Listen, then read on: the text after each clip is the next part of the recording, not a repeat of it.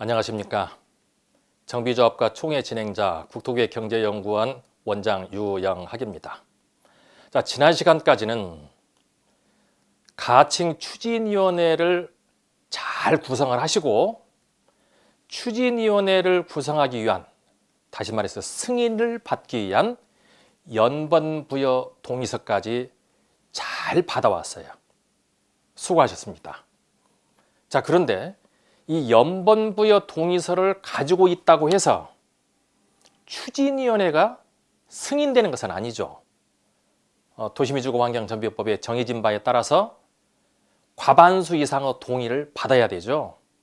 토지등 소유자의 과반수 이상 동의서를 먼저 취득한 곳에서 추진위원회가 승인이 됩니다. 자, 그런데 여기서 과반수라는 건 50% 더하기 하나예요. 자, 그래서 과반수와 반절은 다른데 50% 더하기 하나인데, 만일에 추진위원회 가칭 단계의 추진위원회가 하나라면 이 동의서 진구하는 것은 그닥 어려운 일은 아닐 수도 있어요. 어려울 수도 있습니다. 경우에 따라서는 유령과의 전쟁을 치를 수도 있어요. 추진위원회 가칭 단계가 하나인데 주민들로부터 동의를 구하지 못할 경우에는 경쟁 구도보다도 오히려 더 어려울 수 있습니다. 그래서 이런 부분은 경우에 따라서, 현장에 따라서 다 다릅니다만, 통상적으로 가칭 추진위원회가 하나가 구성이 되어 있으면 보통은 속도감이 좀 있는 것처럼 보여집니다. 자, 그런데 추진위원회 설립 동의를 받고 나서 승인이 되었다고 해서 사업을 진행할 수 있는 조직은 갖추지지 않았죠. 따라서 이 추진위원회는 다음에 조합 설립을 해야 되는 거예요. 따라서 추진위원회에서 하나의 가칭 추진위원회가 구성이 되어 있다면 이 동의서 진구 목표를 50%가 아니고 80%, 90%로 목표를 정하셔야 됩니다. 이렇게 해야 다음 사업 진행에 박차를 가할 수 있겠죠. 그런데 동의서를 받는 것이 여러 가지 오해도 많고 유언비가 많아서 이 동의서를 받는 것은 쉬운 일은 아니에요. 경우에 따라서는 주민들의 수건 사업이기 때문에 우리 함께 하자, 의기투합이 돼서 쉽게 갈 수도 있어요. 그러나 만만하게 보지는 마시고 철저히 준비하셔야 되겠습니다. 동의서 진구는 어떻게 할까요? 원칙적으로 첫째로는 주민들이 자율적으로 내주는 것, 이게 가장 튼튼한 동의서죠. 발렌타이너보다 더 강한 건 없습니다. 그래서 주민들이 한 분 한 분이 자발적으로 우리 동네를 우리가 잘 해보자고 준비하는 것, 이건 굉장히 중요해요.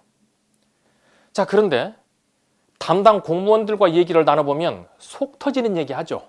뭐라고 얘기해요? 연번부여 동의서 받아서 보내주면 다 내야지 왜 안 내라고 얘기해요. 참 세상 물정 모르고 하시는 얘기죠.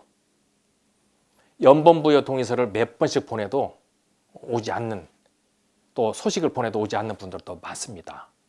자, 그래서 자율적으로 내지 않는 분들에 대해서 이제 추진위원들이 활동을 시작하셔야 됩니다. 자, 그래서 우리가 추진위원회 설립 동의서를 진구하기 전 우리가 연번부여 동의서를 받고자 해서 추진위원들을 모시게 되는데, 이 추진위원님들을 모실 때 향후 사업 진행에 조합원들을 설득하는 일, 또 어떤 결단을 내려야 되는 회의에 꼭 참석하는 일, 힘들고 어려울 때 힘이 되어서 의견을 모아서 함께 행동화하는 일, 이런 일에 적극적으로 참여할 수 있도록 서로 의기투합도 하고 필요하면 서약서도 하나씩 쓰세요. 그 써보는 것이 별것은 아니지만 서로 결속력을 다질 수 있는 좋은 역할이 됩니다. 그러면 이 추진위원분들께서는 원칙적으로 토지등 소유자 10명 중 한 분의 대표성을 갖는 분들이죠. 따라서 이분들이 내 주변에 있는 사람들에 대한 설득만 열심히 해도 사실 추진위원회 승인을 받기 위한 50% 동의는 쉽게 이루어질 수 있습니다. 자, 이래서 추진위원님들이 또 많이 활동을 해 주셔야 되는데 이 추진위원님들을 모시는 과정에서 발품을 팔지 않고 후다닥 만들어진, 얼렁뚱땅 만들어진 추진위원회에서 낭패를 보는 경우 있죠. 무엇 때문에 낭패를 볼까요? 추진위원 중에서 악렬 반대자가 있어요. 그걸 모르고 추진위원으로 받아들인 겁니다. 위원장 바보예요. 그런 분들이 어떤 생각을 가지고 있는지는 충분히 확인을 하고 추진위원으로서 함께 일을 하셔야 되죠. 그래서 연번부여 동의서를 받기 전에 동네를 세분화해서 어느 부분에서 누가 어떤 생각을 가지고 있는지 확인을 하시고 그리고 이 사업에 적극적으로 동의하시는 분, 활동하실 분들을 모시라는 얘기를 한 겁니다. 이렇게 활동적이고 적극적으로 개발에 대해서 의지가 있는 분들이 일반 토지등 소유자를 설득을 하는 것이지 내 마음 스스로부터도 확신이 없는 사람이 어떻게 일반 토지등 소유자를 설득하겠습니까? 그래서 추진위원분들은 이 사업의 어른입니다. 따라서 이분들이 활동을 하셔서 동의서 진구에 열심을 가져야죠. 자, 이렇게 해서 동의서를 많이 진구를 해가는 과정인데 저는 좀 더 효율적으로 이 동의서를 진구할 수 있는 방법으로 설명회를 하십사라는 것을 꼭 말씀을 드립니다. 설명회. 연번부여 동의서를 가지고 한 분 한 분 만나서 동의서를 진구하다 보면 또 이런 오해를 받아요. 나한테만 이런 말 하고 가는 거 아닌가? 이런 생각을 하실 수 있습니다. 따라서 공식적으로 공개적인 장소에서 지금 이 가칭 추진위원회는 앞으로 어떻게 일을 하겠습니다. 이런 내용을 공식화하는 것. 이것은 신뢰를 쌓는 방법 중에서 아주 좋은 방식이죠. 또 이 설명회는 앞으로 그 집 동의서를 받고자 하는 추진위원회가 승인을 받고 나면 설명회는 그 필요에 따라서 계속 하셔야 돼요. 이 사업 진행 과정에서는 토지 등 소유자가 이해가 되어야 사업이 진행이 되는 것이지 이해되지 않고 동의하세요. 이건 어려운 일이에요.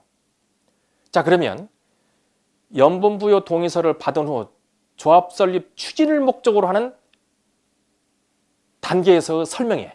이것은 어떤 내용이 포함이 돼야 될까요?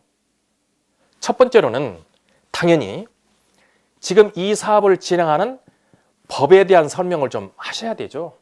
이 사업은 도시미주거환경정비법에 따라서 사업을 진행을 하는 것이고 구역지정 정비 결정 고시가 되어서 이제 사업을 진행할 단계가 되었으므로 지금 이 사업을 진행하고자 하고 그 근본이 되는 법은 도시미주거환경정비법입니다.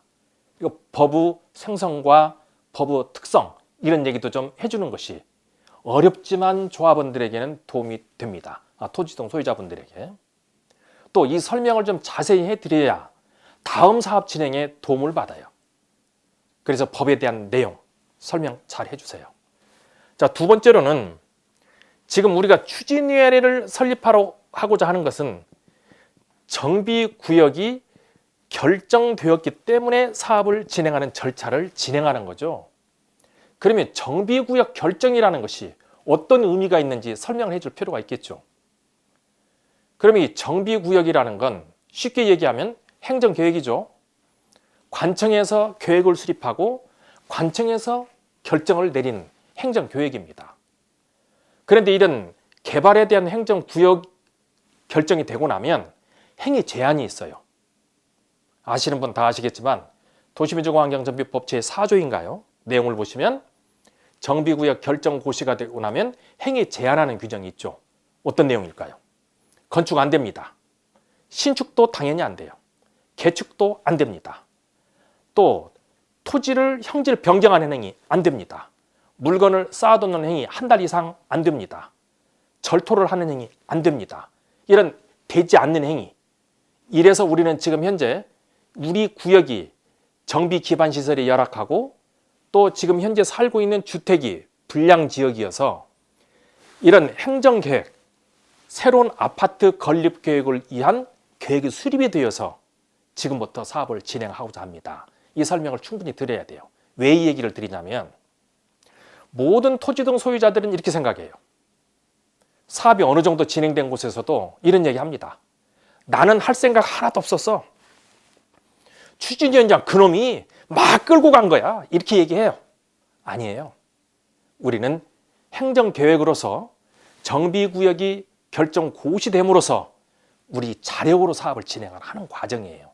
그래서 이 정비구역이라는 것이 어떤 의미인지 충분한 설명 필요하죠. 세 번째로는 이제 이 정비계획이라는 것이 정비기반시설이 열악하고 주거환경이 불량한 지역에 정비계획을 수립을 해서 정비기반시설을 확충하고 주거시설을 개선하는 작업이라고 얘기를 했습니다. 그러면 우리 동네가 어떻게 변화될지 보여줘야 되겠죠. 그래서 우리 동네의 변화에 대한 얘기를 좀 해주셔야 되겠죠. 아파트 단지가 아파트 단지로 변화되는 것은 그렇게 생소하지는 않겠지만 시설물들이나 또는 이런 모든 좋은 것들이 많이 들어와서 변화는 물론 있겠죠. 그러나 이런 단독주택과 연립이 밀집되어 있는 곳에서 아파트 단지로 변화된다는 것은 대단한 큰 변화입니다. 그러면 우리 단지가 이제 단독주택지에서 어떤 형태로 변화가 올 것이고 여기에서 주민들이 생활은 어떻게 하고 교통에 대한 문제는 어떻게 정리가 되고 아이들은 어디서 편안히 생활을 하고 또 어르신분들은 어디에서 모여서 편안하게 생활을 하실지 이런 설명을 충분히 드리는 것이 필요하죠. 왜냐하면 나이 드신 어르신들은 이 아파트를 답답하다고 생각해요. 그러나 지금 아파트에서 생활하시는 분들 답답하시나요? 그렇지 않죠. 또 어르신들 생각으로는 다 이사 가고 나면 외롭다고 생각합니다. 그러나 요즘 아파트 어떻게 짓습니까? 공동 생활을 할 수 있는 부분들이 많이 배려되고 있어요. 공동 커뮤니티 이런 것도 충분히 설명을 드려서 그 나이 드신 어르신분들도 기꺼이 우리 동네가 새롭게 변화되어야 하는 것에 대해서 공감을 함께 할 수 있도록 해야 된다는 겁니다. 자, 이런 변화되는 과정을 충분히 설명을 드려야 되겠죠. 그리고 또 설명드려야 될 내용이 있죠. 지금 이제 이 설명을 하는 필요성, 이 설명 드려야 됩니다. 지금 현재 우리는 추진위원회를 구성을 하고자 하고 그리고 현재 동의서를 받으려고 합니다. 그러면 이 추진위원회 승인이 되고 나면 어떤 일을 하는지도 설명이 필요한 거예요. 지금 도시민주공환경정비법에서는 조합을 설립할 수 있는 유일한 단체는 추진위원회입니다. 그 외에는 그 누구도 조합을 설립할 수가 없어요. 추진위원회가 구성된 지역에서는 그 추진위원회만이 조합 설립할 수 있는 자격이 부여되는 겁니다. 그런데 이 사업은 추진위원회가 하는 게 아니죠. 추진위원회의 목적은 조합을 설립하는 것까지만 일을 하고 아파트 건립에 대한 행위는 조합에서 하는 겁니다. 따라서 조합이 되어야 우리 동네가 바뀌어요. 따라서 우리 추진위원회는 현재 조합을 설립하기 위한 전 단계로서 함께 의지를 모으고 있다는 것, 이걸 충분히 설명을 드려야 됩니다. 그런데 여기에서 조합원들이 가장 또 관심이 있어 하는 부분들은 내 재산이 어떻게 변화가 될 것인지 가장 궁금해하죠. 그런데 이런 것들도 사실 이 사업을 진행하는 과정에서 전체 사업이 진행되는 과정을 그래프로 한번 그려봤어요. 그랬더니 이런 그래프가 만들어집니다. 우리는 통상 이런 막대 1차 곡선을 이용을 해서 설명을 하게 되죠. 처음에 우리는 정비구역이 정해지고 나면 추진위를 구성하고 다음 단계에서 조합을 설립하고 다음 단계에서 사업 시행 인가를 받고 관리 처분을 하고 이주가 완료되고 나면 착공을 해서 입주를 한다. 자, 이렇게 알려져 있죠. 자, 그런데 사실 이것은 보기 편하게 만들어진 것이고 실질적으로 그 지역이 전체 사업이 진행되는 과정에서의 그래프 모습은 이런 일직선 그래프는 아닌 것 같아요. 처음에 발표가 되고 나면 좀 가파르게 올라갑니다. 그러다 한동안 큰 변화 없이 진행이 되다가 가파르게 올라가는 국면이 발생이 돼요. 그러면 보통 이 국면과 이 국면에서 큰 변화를 맞이하게 되는데 여기는 정비구역이 결정이 되었을 때 이 지역에 대한 관심이 시작이 되어서 소유자가 변경이 시작이 됩니다. 보통 그런 것 같아요. 그 후에 큰 폭으로 가격이 상승하는 것은 이 단계 중에서는 관리처분총회를 마치고 착공을 할 시점이 되면 대단히 가파르게 상승하게 되죠. 이것이 어느 때까지 이루어질까요? 보통은 사업시행 인가 후 분양 신청을 하고 거의 집이 다 지어지는 단계까지 가파르게 상승하는 국면을 나타냅니다. 이것을 퀀텀 점프라고 하죠. 퀀텀 점프라는 것은 사실 이 개발에 관련된 용어는 아닙니다. 물리학에서 그 양자론에서 이야기하는 거죠. 계속 작업은 하고 에너지 공부를 하는데 변화가 없어요. 그러다가 어느 시점이 되면 급격한 에너지 분출이 있다고 보는 시점, 이걸 퀀텀 점프라고 얘기를 하고, 재개발 사업장에서는 사업시 인가 후 분양 신청이 완료되고 나면 이런 현상이 일어나죠. 이것을 단순화시켰을 때 이런 그래프가 그려진다는 겁니다. 자, 그러면 이 그래프를 가지고 단순화해서 설명을 드리자면, 예를 들어 추진위원회가 구성이 되고 나면 우리 동네에서도 소위 말하는 수판에 빠른 사람이 계산을 한번 해봅니다. 아마 이 정도 가격이 될 거야. 계산을 해요. 그리고 나서 조합이 설립되고 나서 사업시행 인가가 되고 나면 사실은 이때 여러분들 집에 대한 평가를 시작하게 되죠. 그 후에 관리처분총회를 하게 되면 이때 새로 지어진 집에 대한 평가를 하게 되고, 조합원들이 내야 될 사실상의 금전은 이 부분에 해당이 되겠죠. 자, 근데 실질적으로 조합원들이 내야 할 돈은 이주가 다 이루어지고 착공을 하고 착공이 되어지는 이 시점, 이 가격에서 조합원들이 실질적으로 부담하게 되는 돈입니다. 따라서 여기서 보여지는 이 부분이 개발에 의해서 발생되는 개발 이익금입니다. 이것은 순수하게 사업을 진행하는 과정에서 발생되는 이득만을 얘기한 거예요. 근데 이런 부분도 좀 소상하게 설명을 드리는 것도 좋을 것 같죠. 그러면 이게 사업인데 어떻게 보장하느냐? 그럼 반증할 수 있어요. 지금 대한민국은 아파트 공화국이라는 별명을 가지고 있고, 여러분들이 지금 눈으로 확인하고 있는 아파트 단지, 지금 여러분들이 진행하는 것처럼 추진위원회에서 조합을 설립하고 조합에서 완성된 건물들이었고, 그분들의 생활 모습을 여러분들은 이미 보셨습니다. 그래서 여러분들도 동일한 경로의 유사성에 따라서 그 결과가 나타나게 되죠. 자, 따라서 조합원들이 궁금한 내 재산은 어떻게 변화가 있을 것인지에 대한 설명을 드렸다면, 가장 중요한 내용이 있죠. 향후 사업 진행을 어떻게 할 것인지에 대한 각오 이야기를 좀 하셔야 됩니다. 이 각오 이야기는 뭐 그 사람 잘 알고 있는데 할 거 없잖아 라고 얘기도 하겠지만, 이런 얘기 아시죠?